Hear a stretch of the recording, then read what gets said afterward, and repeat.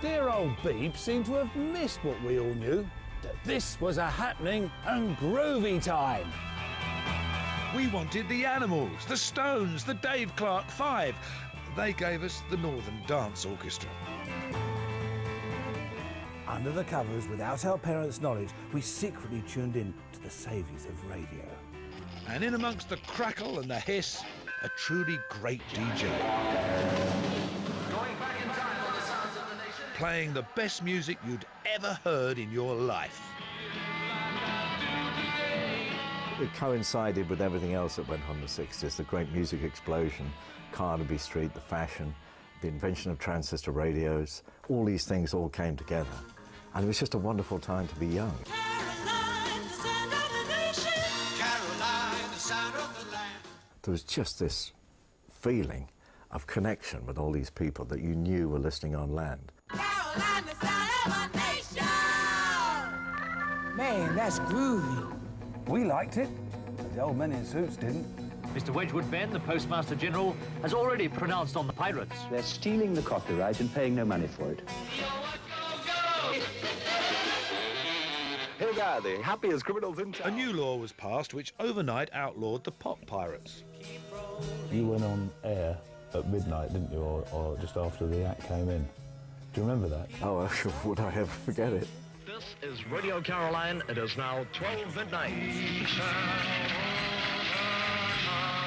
I said, Caroline will continue, Caroline belongs to you, Caroline loves you.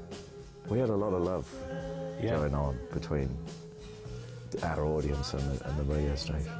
We intend to stay on the air because we belong to you and we love you. Caroline continues. I really believed that we weren't doing any harm, that millions of people, you know, loved the station, loved what we did, and it was wrong to close it down.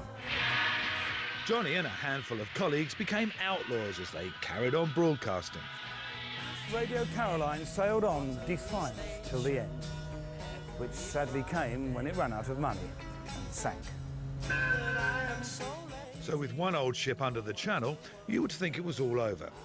How wrong could you be?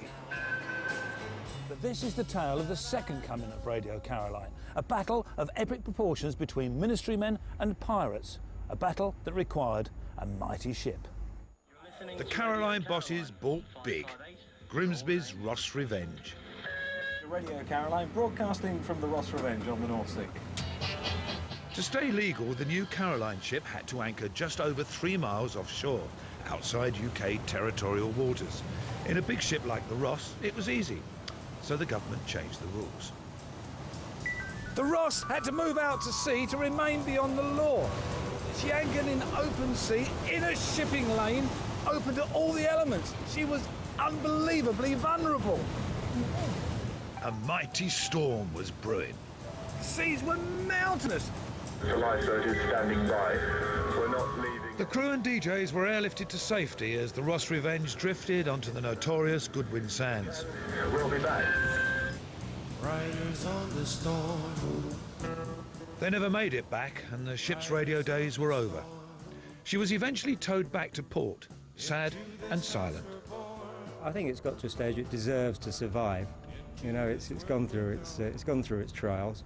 It's a bit of an old lady now, but it's still serviceable, and we can use it. And it's got a charisma when you walk around it, based on basically what it's been through. Oh, I don't believe it. The record library's intact. Oh, this is fantastic. When you're on board the Ross Revenge, you sense that this is a really special ship, and Grimsby ought to be extremely proud of it. Oh, well, we'll have this for radio, Rick. Ah, just the job. I think we have a radio show. OK, Johnny Walker, watch out, because it's Rick on the decks. That was Toto in Africa, and this is Rick on Radio Caroline. Oh, boy, this is fantastic. Radio Caroline. The legend lives on. And I'm going to prison. Radio Caroline. Right, folks, it's time to meet the Yorkshire man who keeps this old crate going. The Fred Dibner of the Pirates, whose extensive knowledge of spanners, pistons, hydraulic pumps and cylinder heads is legendary. Ladies and gentlemen, from Carverley, West Yorkshire, Peter Clayton and his new grease monkey. Right, Rick. So this is what it's all about. No, it ain't moving. Dinosaurs. I say this in the nicest sense. You're a true anorak, aren't you, of pirate radio and all this? Yes, you can see it here. It's not big hood. And it's full of water. What do you love about the pirate radio and what it stands for? It's the freedom thing, isn't it? I think when you were brought up in my age group, everybody was the sameness. We all went to school with the same uniform. We all did the same things on the night. Around the 60s, pirate radio started. The world changed for us all. Most weekends, Peter and a team of helpers spend their time happily looking into an oily hole.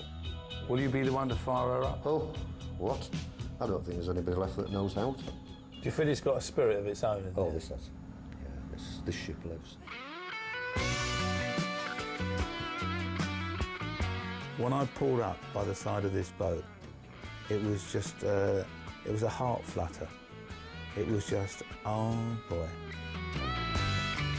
I think every musician today, whether they're young or old like me, owe an incredible debt of gratitude to Radio Caroline.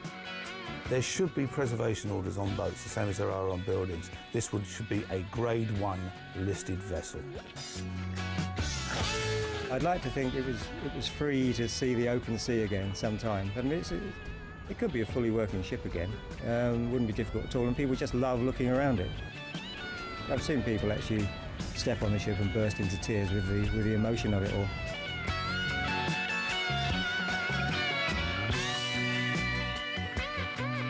Do you miss it? Yeah, I do. Yeah. But I'm just glad that I lived through that time, and I've got the memories. And it's amazing that here we are still talking about it 40 years later. It would be an absolute travesty if this boat was ever scrapped or not looked after. It's the only one left, and we're too good at destroying history, and this truly is music and radio history.